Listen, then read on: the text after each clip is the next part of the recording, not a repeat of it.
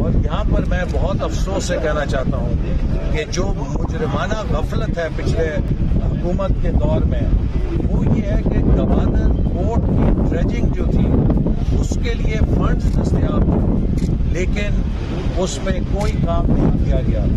نتیجتاً یہ ہوا ہے کہ جو سلٹنگ اتنی ہو گئی ہے پچھلے 4 سالوں میں کہ اس پورٹ کی گہرائی 11 میٹر پر آ گئی ہے، لہذا اب جب نیو ٹائیڈ ہو تو اس میں کوئی بڑا شپ گوادر پورٹ میں نہیں آ سکتا۔ ہم نے اپنے ہاتھوں سے گوادر پورٹ کو تباہ کر دیا ہے۔ اس کے لیے بھی اب میں نے ہدایت کی ہے کہ ہنگامی طور پہ گوادر پورٹ کی گہرائی کو بحال کرنے کے لیے اقدامات اٹھائے جائیں، اور چائنا کی حکومت کے ساتھ مل کر یہاں پر فائنینسنگ منظور پڑی ہے۔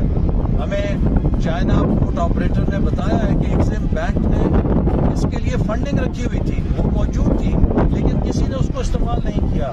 تو فوری طور پہ گوادر پورٹ کی ڈریجنگ اور اس کے ساتھ ساتھ جو بریک واٹر ہے، جو کہ ایک دیوار ہوتی ہے کہ جس سے آپ روکتے ہیں مزید سیٹنگ کو۔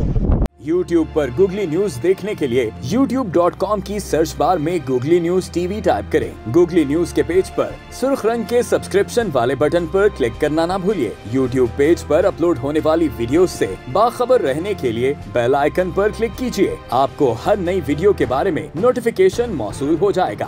YouTube پر گوگلی ٹی وی دیکھنے کے لیے youtube.com کی سرچ بار میں گوگلی ٹی وی ٹائپ کریں۔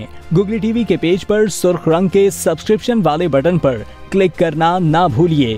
YouTube پر اپلوڈ ہونے والی ویڈیو سے باخبر رہنے کے لیے بیل آئیکن پر کلک کیجیے۔ آپ کو ہر نئی آنے والی ویڈیو کے بارے میں نوٹیفیکیشن موصول ہو جائے گا۔